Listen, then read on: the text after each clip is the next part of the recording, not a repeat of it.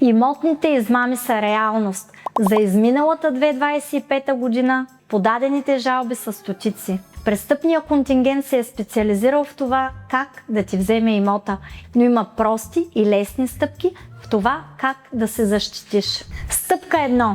Тежест върху имота. Това е оптималният вариант от почти всички опити за посегателство. Тежестта върху имота би могла да бъде ипотека към банка, като тук минималната стойност е 5000 евро. Друга ефтина и ефективна тежест би могло да бъде запазено право към роднина.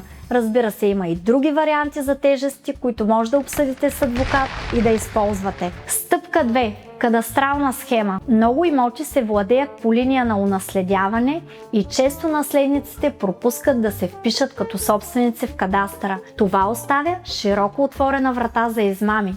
Ако това е вашия случай, извадете кадастрална схема. Необходимите ви документи са удостоверения за наследници и нотариален акт, защото липсата на кадастрална схема може да бъде ключов фактор при имотна измама. Стъпка 3.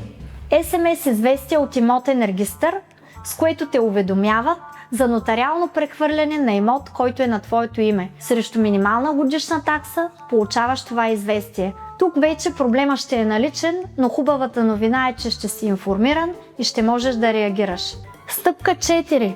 По селата масово се намират унаследени имоти, чието собственици са се преселили и не ги ползват. Законът позволява присвояването на такъв имот чрез обстоятелствена проверка.